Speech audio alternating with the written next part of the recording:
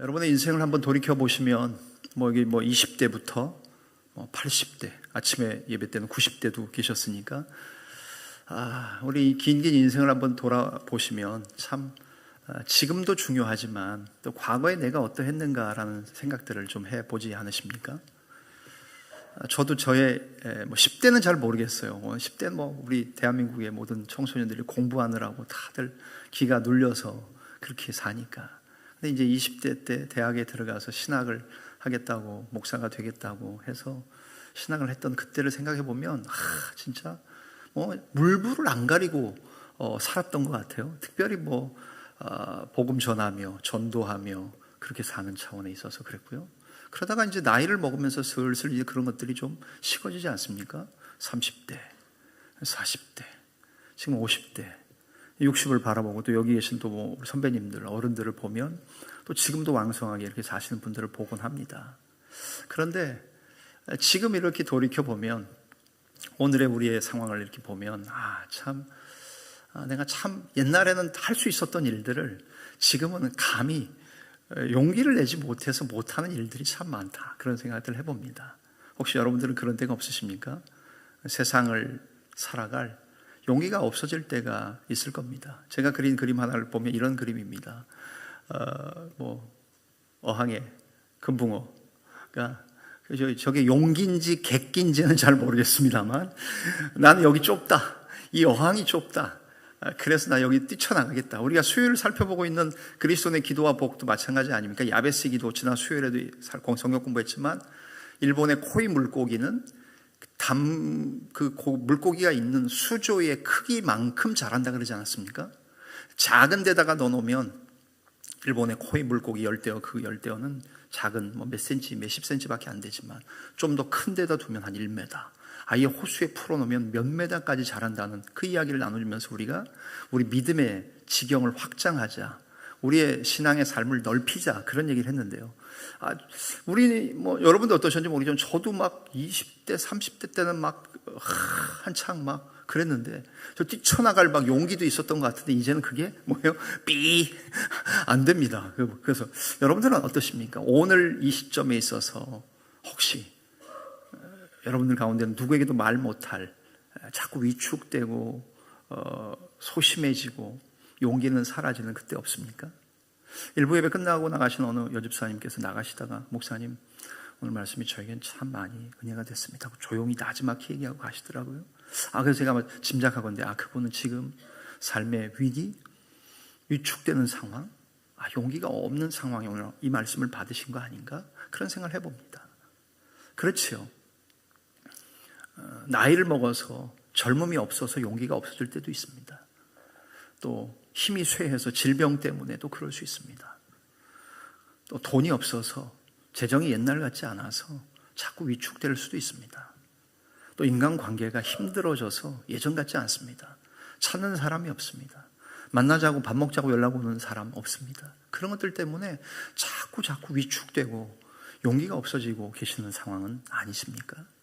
그런 우리에게 오늘 본문 말씀은, 우리 구약의 다윗은 신약의 예수님의 예표이거든요. 다윗에게서 우리는 예수님의 모습을 보는 겁니다. 그 예수님의 그림자입니다. 예수님은 실체이지만 실체는 빛을 보면 그림자가 생기는 것처럼 그림자는 본체와 실체 없이 생기는 게 아니거든요.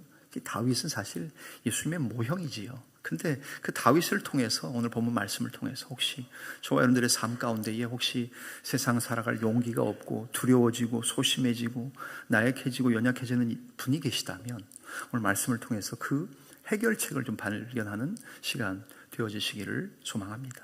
오늘 본문 말씀은 다윗이 쫓기던 상황 가운데 지은 시입니다. 다윗의 일생을 보면 거의 몇십 년을 쫓겨다니지 않았습니까? 특별히 대표적인 것은 사울 왕에게서 쫓겨다니는 거였고요. 또 대표적인 것은 뭡니까? 자기 아들 압살롬이 반역을 해서 아버지 왕을 밀어내고 자기가 왕 되겠다고. 여러분, 이런 상황이 어디 있습니까? 우리가 일평생 동안 겪지도 못할 일들을 다윗은 그의 사는 인생 동안 참 많이 겪었습니다. 특별히 사울에게서 쫓겨다녔던 것은 우리가 너무 잘 아는 일이고, 자기 아들 압살롬이 반역을 해서 아버지 왕을 몰아내고 자기가 왕이 되겠다고 했던 것도 사실 그런 상황 가운데 쫓기는 실제의 역사 있지 않았습니까? 그러나 오늘 시편의 이 말씀은 사무엘상 24장을 배경으로 하는 것이 주석가들의, 신학자들의 대부분의 의견입니다. 사무엘상 24장에서 사울이 그를 잡으러 온다는 말을 듣고 도망하다가 다윗이 숨어 들어간 곳이 어디냐면 엔게디라는 곳입니다. 사진 하나를 골랐습니다만, 이스라엘을 가시면 여러분하고 또 언제 갈까? 저는 벌써 이스라엘 개인적으로 3번 갔다 왔다고 말씀드렸지만 제 꿈과 소망은 여러분과 함께 이스라엘 가는 겁니다. 또 튀르키예, 그리스, 바울의 전도 여행했던 장면 거기 가는 겁니다. 다시 한번 보여주실까요? 엔게디라는 곳은 이스라엘 말로 염소의 샘물이라는 곳입니다. 그래서 염소의 샘물이라고 말하니까 저기에는 물도 좀 있는 것 같아요. 그리고 굉장히 좋은 환경. 저는 저기는 안 갔던 것 같은데요. 저런 장소입니다. 여기에 피해 들어가 있다가 그가 경험한 하나님, 쫓아오는 사울, 그 상황 속에서 지은 시가 오늘 우리가 읽었던 좀 길지만 시편 중에도 다 유명하죠. 다 좋은 시지요. 근데 27편, 여호와는 나의 빛이요 나의 구원이시니 내가 누구를 두려워하리요. 이거 찬양 가사로 다 있는 찬양 아닙니까? 27편이 만들어지게 된 배경이 바로 저 엔게디라는 곳입니다. 엔게디에서 그가 경험했던, 세상을 살아갈 용기가 없어질 때 타개했던, 해결했던 방법은 무엇입니까? 첫 번째, 제 1번은 이겁니다. 1절 말씀을 통해 하나님의 구원을 확신하라는 이야기입니다. 여러분 1절 말씀 같이 한번 보실까요? 앞에 거기 나와 있는 것 말씀입니다만, 여호와는 나의 빛이요 나의 구원이시니 내가 누구를 두려워하리요? 여호와는 내 생명의 능력이시니 내가 누구를 무서워하리요? 다윗은 이 상황 가운데에서 사울이 자기를 쫓아오고 잡아 죽이겠다고 쫓아오고 군대를 끌고 오는 상황 속에서 하나님이 자기를 구원하시고 구출해 주실 것에 대한 확신을 가졌다는 말입니다. 그것을 뭐라고 표현합니까? 여호와는 나의 빛이라고 말씀합니다. 빛이라는 것, 이것은 긍정적이고 창조를 나타내는 상징의 비유가 바로 빛 아닙니까? 창세기 1장 1절, 태초에 하나님이 천지를 창조하시니라. 그때 하나님께서 빛이 있으라 하시니 빛이 있었고, 하나님과 같이 가는 것, 하나님의 말씀의 창조의 속성을 나타내는 것이 빛 아닙니까?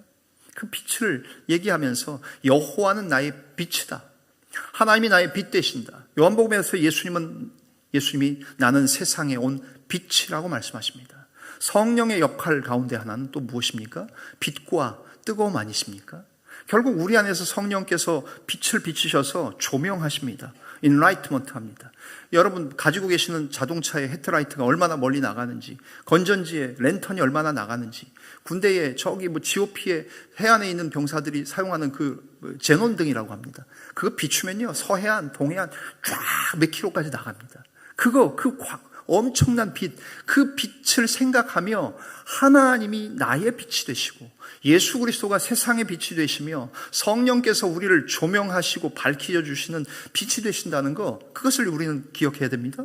그 하나님이 내 생명의 능력 되신다는 말, 이 말이 무엇입니까? 그것은 다름 아니라 생명의 능력 된다는 얘기는 요새와도 같은 표현입니다. 아까 보셨던 엔게디 사진 기억하시지 않습니까?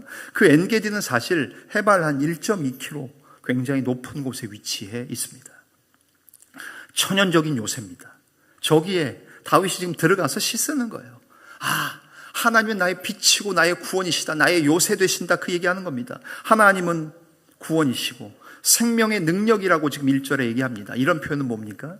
삶을 혼란케 하고자 하는 모든 공격으로부터 나를 지키신다는 것, 나를 구원하신다는 것, 나를 구출하신다는 그 말씀 아닙니까? 1절 말씀 유명한 말씀이죠. 여호와는 나의 빛이요 나의 구원이시니 내가 누구를 두려워하리요? 여호와는 내 생명의 능력이시니 내가 누구를 무서워하리요? 삶에 세상 살아갈 용기가 혹 없어지려고 하는 지금 순간에 계시는 분들 계십니까? 그렇다면 기억하셔야 될 건 뭡니까? 하나님의 구원을 확신하는 게 제일 먼저입니다. 더 나아가서 2절과 3절을 통해서 말하는 다윗의 해결책은 무엇입니까? 더 나아가서 하나님을 신뢰하라는 겁니다. 그림에 나오는 군인들, 갑옷을 입은 중세의 유럽의 기사들처럼 저 군대에 대한 얘기를 하고 있고, 그러고 나서 하나님을 신뢰하니까 나오는 그림이 뭐니까 내가 그냥 태어나고 휴가 가 있듯이 여유 있게 부리는 그것이 아닙니까? 2절과 3절이 바로 그 말씀을 말씀하고 있죠. 2절 3절 같이 한번 읽으실까요? 2절 3절 읽겠습니다. 시작. 악인들이 내 살을 먹으려고 내게로 왔으나 나의 대적들, 나의 원수들인 그들은 실족하여 넘어졌도다. 3절. 군대가 나를 대적하여 진칠지라도 내 마음이 두렵지 아니하며 전쟁이 일어나 나를 치려 할지라도 나는 여전히 태연하리로다. 아멘. 하나님을 신뢰할 때 나오는 반응이 바로 이것이라는 이야기입니다. 여러분, 우리 하나님은 어떤 분이십니까? 여러분이 믿고 따르시고 섬기는 하나님은 여러분에게는 어떤 경험의 하나님이십니까? 역전의 하나님 아니십니까? 스포츠의 묘미는 역전에 있지 않습니까? 야구. 여러분 다 대전의 하나 팬이십니까? 저는 대전에 동화되려고 노력을 하겠습니다만 저는 두산 베어스 팬입니다. 저는 두산 베어스 팬입니다. 여러분 대전 하나 야구장에도 갔지만 그 제 3팀을 저는 응원했지만, 그죠? 여러분들은 다 하나 이글스를 응원하셔도 저는 두산 베어스 두산입니다. 두산. 예. 여러분 야구의 묘미는 뭡니까? 스포츠의 묘미는 뭡니까? 역전의 명. 군산상고, 요즘에 어떤 학교가 고교 야구 볼 때마다, 제가 있었던 고등학교도 야구했던 수원에 있는 고등학교였습니다만, 버스 대절해가지고 우리 고등학생을 다 올라가가지고 막 응원하고, 지면은 축 처져서 내려오고, 이기면 좋은 게 뭐예요? 다음 경기를 또 가요. 그 수업을 또 빼먹어요. 와, 이게 얼마나 좋아요. 그러니까 목청껏 외치는 거 아닙니까? 야구의 왕자 유신곡이요, 야구의 왕자 이러면서 죄송합니다. 제가 흥분했습니다. 여러분, 역전의 명수이신 하나님은 생각해 보셨습니까? 지금 우리의 상황, 우리의 형편, 여러분의 건강, 여러분의 재정 상황, 그 모든 것들을 하나님이 바꾸시지 않으시면 어떻게 됩니까? 힘들고 어렵지 않습니까? 그런데 하나님이 자기를 잡으려고 오는 사람들, 자기를 죽이겠다고 오는 사람들, 그 악한 자들을 오히려 하나님이 고꾸러뜨리시고 넘어지게 하시는 분이시라는 말씀입니다. 이것이 바로 하나님의 반전의 역사입니다.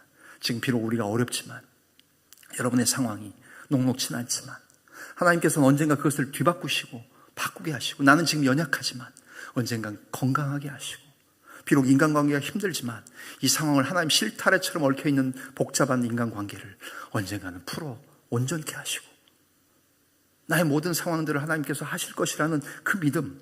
여러분, 믿음이 뭡니까? 우리는 믿음 생활하면서도 믿음에 대해서 잘 모르면서 살 수도 있습니다. 그러나 믿음은 뭡니까? 비록 내 자신이 제어할 수 없는 환경에 내가 처한다 할지라도 그 가운데서 그분을 인정해 드리는 것, 하나님의 일하심을 믿고 기다리며 인정해 드리는 것, 그것이 믿음 아닙니까? 우리가 지난 세일의 새벽 기도 동안도 봤던 욥의 삶도 그러지 않았습니까? 욥도 그랬습니다. 내가 내 상황을 어떻게 컨트롤합니까?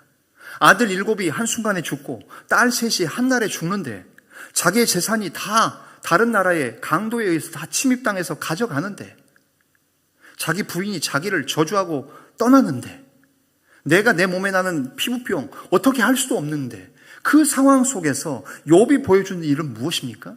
그런 상황 속에서도 내가 컨트롤할 수 없는 환경에 내가 처한다 할지라도 그 가운데서 하나님을 인정해 드리는 것, 그것이 믿음 아닙니까? 결국 욥은 그 모든 상황을 다 통과하고 나서 하나님 앞에 서지 않습니까? 결국 하나님을 신뢰하는 것, 전쟁이 일어나고 군대가 대적해도 어떤 상황이 일어나도 나는 믿는다. 하나님 그분을 굳건히 신뢰한다. 그 모든 상황들 때문에 나는 태연히 아주 편안하게 그늘 의자에 앉아 있듯이 그렇게 보셨던 아까 이미지 그림 그거 아닙니까? 그냥 너무 편하게, 너무 태연한 상황 가운데 있을 것이다라는 고백이 세상을 살아갈 용기가 없어질 때 오히려 하나님을 신뢰하는 사람에게 주어진다는 말씀입니다. 한 가지 더 살펴보는, 계속해서 보는 건 무엇입니까? 4절의 말씀을 통해서 얻게 되는 교훈입니다. 하나님을 예배할 때 세상을 살아갈 용기를 다시금 우리는 얻을 수 있습니다. 뭐 할 때요? 하나님을 예배할 때 가능합니다. 저 그림 보시면 기억하시면서 4절 말씀 좀 큰 말씀으로 한번 다시 읽을까요? 같이 읽겠습니다. 시작. 내가 여호와께 바라는 한 가지 일, 그것을 구하리니 곧 내가 내 평생에 여호와의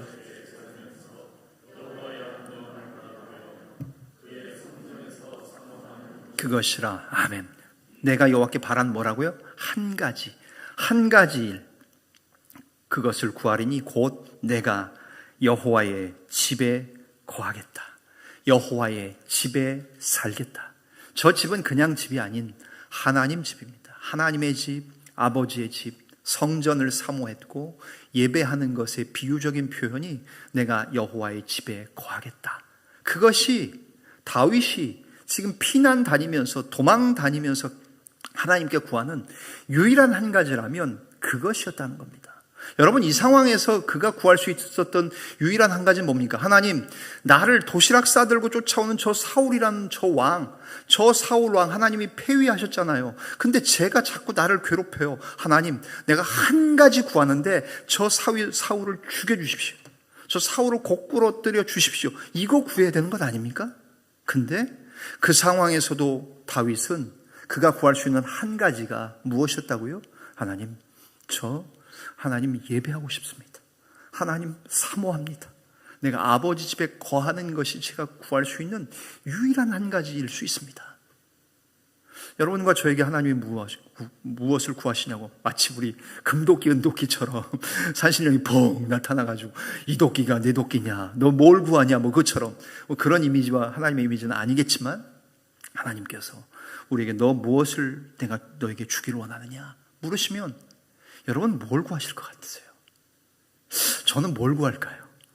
하나님, 우리 두드림 교회 크게 해주세요. 그거 목사로서 그렇지요.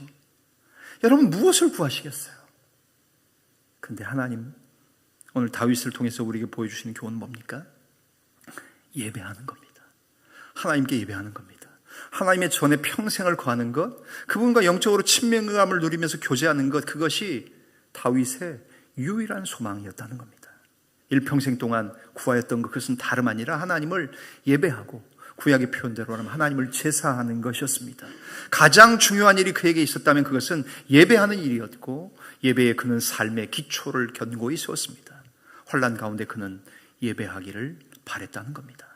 혹시 저와 여러분, 우리가 지금 현재 당하는 어려움과 환난이 있으십니까? 여기서 진정 이 모든 것들을 극복하고 승리하기를 원하신다면 먼저 하나님을 예배하십시오. 아니, 우리가 구할 수 있는 유일한 한 가지라고 한다면 그것은 하나님 앞에, 하나님, 제가 평생 하나님 예배하는 예배자로 살겠습니다. 그래야 이 땅에서도 예배자로 살고 하나님 나라에 가서도 영원토록 하나님을 즐거워하며 예배할 터인데, 예배 부적응자 되지 않으려면 뭐 해야 됩니까? 예배하는 거예요. 하나님 앞에서 예배하는 겁니다. 먼저 하나님을 예배하면 지금의 상황들을 하나님께서 바꾸신다고 말씀하시고, 예배에서 승리하는 자 인생에서 승리합니다. 예배에 성공하는 자 인생도 성공한다. 저희 아버님께 제가 늘 들었던 얘기인 것 같아요. 예배. 그래서 맨날 저녁에 가정예배 성경책 가지고 모이라 그러면 우리 입이 이만큼 나와가지고 저하고 제 동생하고 막 모였던 것 같아요. 근데 그래도 그거 했으니까 저도 목사가 됐고 제 동생도 선교사가 된 것 같아요. 어려서부터 예배하는 것이 얼마나 중요한 일인가. 비록 힘들고 어려웠지만 그것을 통해서 예배하는 것이, 예배를 사모하는 것이 우리 진정 승리의 전초 작업이라는 것을 우리는 알게 되기 때문입니다. 여러분, 인생을 살아갈 용기가 없으십니까? 여러분의 예배 생활을 한번 점검해 보십시오. 난 하나님을 어떻게 예배하고 있는가? 더 나아가겠습니다. 5절부터 6절을 통해서 다윗은 우리에게 계속 얘기합니다. 어떻게 해요? 하나님을 찬송하라고 말합니다. 찬양대만 찬송하는 것이 아니라 우리도 하나님을 찬송하고 우리의 입술에 노래가 끊이지 않도록 하는 것, 우리가 있는 자리에서 주님을 찬양하는 것, 그것을 얘기하고 있지요. 5절 6절 말씀 같이 읽으시겠습니다. 5절 6절 읽겠습니다. 시작. 여호와께서 환난 날에 나를 그의 초막 속에 비밀히 지키시고 그의 장막 은밀한 곳에 나를 이제 내 머리가 나를 둘러싼 내 원수 위에 들리리니 내가 그의 장막에서 즐거운 제사를 드리겠고 노래하며 여호와를 찬송하리로다. 아멘. 5절에 있는 그림, 아까 그림 보셨습니까? 굉장히 높은 곳에 서서 있는 그림. 하나님께서 우리가 장막과 초막이라고 여기 얘기하는 것은 안전한 장소, 피난처를 얘기하죠. 말씀드렸던 엔게디는 바위 위에 두신다라는 지금 5절 하반절의 말씀이 저렇게 저런 높은 곳에 해발 1.2m 되니까 1.2km 되니까 그 높은 곳에 다윗을 두셨던 하나님. 엔게디는 바위 위에 3,000개가 넘는 동굴이 있었답니다. 여러분, 그 3,000개의 동굴에 숨어들면 사울이 다윗을 어떻게 쳤습니까? 물론 가끔씩 조우했지요. 몇 번 만나지요. 와서 용변 보는 사울의 옷자락을 다윗이 베지 않습니까? 그러면서도 만났지만 3,000개의 동굴을 숨어 다녔던 그는 그 가운데에 하나님을 피난처로 안전한 장소로 발견하며 나를 바위 위에 높이 두시는 하나님, 다윗의 샘에서 흐른 물을 통하여 나를 목마른 것을 갈증을 해결하시는 하나님, 그 하나님을 경험하며 다윗은 하나님을 찬양합니다. 찬송합니다. 여러분, 노래는 부르십니까? 노래방 가서 부르는 노래 말고, 텔레비전 틀어놓고 트로트 보시며 부르시는 거 말고, 여러분 일상 가운데에 흥얼 대십니까? 좀 흥얼 대는 경우를 보면 기분이 좋거나 감정을 표현할 때에 노래하지요. 꼭 기쁠 때만 노래하지 않지 않습니까? 저도 중고등학교 다닐 때 뭐 마이마이 가지고 들으면서 유행가 테이프 녹화해가지고 녹음해서 사서 들으면서 그때 참 가요 많이 들었습니다. 아버지께서 목사 아들이 가요만 듣는다고 그래서 아버지 왜 그러세요? 저도 제 감정이 있어요. 영신여고 다니는 제가 좋아했던 그 여학생 버스 스쿨버스 기다리면서 건너편에서만 볼 수밖에 없었던 그 여자친구를 향한 짝사랑의 마음, 편지를 보냈는데 답장이 오지 않는 상황, 뭐 이런 상황들 가운데 하면서 시련의 노래 뭐 이런 노래 부르면서 막 그럴 때 아버지가 야단치시더라고요. 여러분, 감정이 좀 있어야 노래도 나와요. 트롯을 하시든 가요를 하시든, 아니 성도에 마땅한 바인 찬양을 하든, 하나님 앞에 찬송이 우리의 힘이고 찬양대의 찬양을 들으면서 얼마나 우리 힘이 됩니까? 가사 구구절절이 하나님, 그 하나님을 찬양해야 될 이유를 노래하지 않았습니까? 저와 여러분들이 하나님을 찬양할 때 우리 인생을 살아갈 용기를 얻지 못하던 그 상황이 역전되는 것, 우리가 할 수 있는 일, 하나님을 찬송하는 일입니다. 7절부터 10절을 통해서 다윗은 좀 더 이야기를 합니다. 하나님을 열망하라고, 탄원 기도 가운데 나오는 얘기이지요. 하나님을 열망하라. 하나님 그분을 향해서 우리 외치고 간절히 기도하는 것, 그렇게 기도하는 내용이 7절부터 10절의 내용이 나오죠. 7절부터 10절 읽겠습니다. 시작. 여호와여, 내가 소리내어 부르짖을 때에 들으시고 또한 나를 긍휼히 여기사 응답하소서. 8절. 너희는 내 얼굴을 찾으라 하실 때에 내가 마음으로 주께 말하되 여호와여, 내가 주의 얼굴을 찾으리이다 하였나이다. 주의 얼굴을 내게서 숨기지 마시고 주의 종을 노하여 버리지 마소서. 주는 나의 도움이 되셨나이다.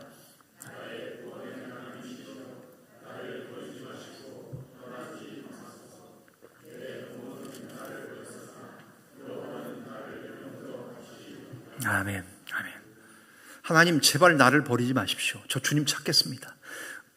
무슨 일이 있어도 주님을 열망하며 갈망합니다. 주님, 오로지 저는 주님을 바라봅니다. 왜요? 여기 말씀은 그 다음에 상황이 내 부모는 나를 버렸으나 하나님은 나를 영접하십니다라는 10절의 말씀을 보면 다윗의 삶을 좀 우리가 이해를 해야 됩니다. 실제 다윗이 뭐 부모에게서 버림받지는 않았습니다. 그런데 우리가 볼 때는 사무엘상 25장에 언급된 대로 그의 영적인 부모인 사무엘이 죽는 것, 자기의 멘토, 아니 자기의 하나님과 같았던 분이 사무엘이었어요. 그 사무엘이 죽어요. 그 상황을 다윗은 자기 부모가 마치 떠난 것 같다. 그래서 시적인 표현으로 내 부모는 나를 버렸으나, 부모가 돌아가시면 자식은 마치 버려온 것처럼 된다라는 이미지를 다윗은 가졌지요. 그런 상황 속에서 내 부모는 나를 버렸으나, 사무엘 선지자는 죽음을 맞이했으나, 그러나 하나님은 나를 영접하실 겁니다. 하나님 나를 받아주십니다. 결국 내 기도를 들으시는 분은 하나님 아버지이십니다. 다윗의 형편과 사정을 바라보시는 분도, 기도를 들으시는 분도 하나님이십니다. 그렇기 때문에 나는 오직 주만 바라겠습니다. 하나님만을 갈망하며 열망합니다. 그럴 때에 지금 현재를 살 용기가 없어지던 그 상황이 뒤바뀌어진다고 다윗은 우리에게 힘주어 말하지요. 한 구절 한 꼭지를 더 보시면 11절부터 13절을 통해서 다윗은 왜 그렇습니까? 하나님이 우리의 안내자 되시기 때문이라고 말씀합니다. 하나님은 나의 안내자, 우리의 길 안내자와 같으신 분이라고 얘기하지요. 11절부터 13절 같이 읽으실까요? 11절부터 13절 읽겠습니다. 시작. 여호와여, 주의 도를 내게 가르치시고 내 원수를 생각하셔서 평탄한 길로 나를 인도하소서. 내 생명을 내 대적에게 맡기지 마소서. 위증자와 악을 토하는 자가 일어나 나를 치려 함이니이다.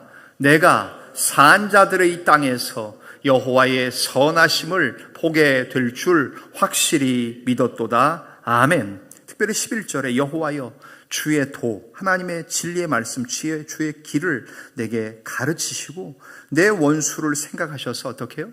평탄한 길로 나를 인도하소서라고 말합니다. 여러분, 하나님이 여러분의 인생의 안내자 되심을 믿으십니까? 하나님이 오늘 여러분의 발걸음을 인도하시는 것을 믿으십니까? 가보지 않은 우리의 길을 계속해서 인도하실 그 하나님을 신뢰하며 나가십니까?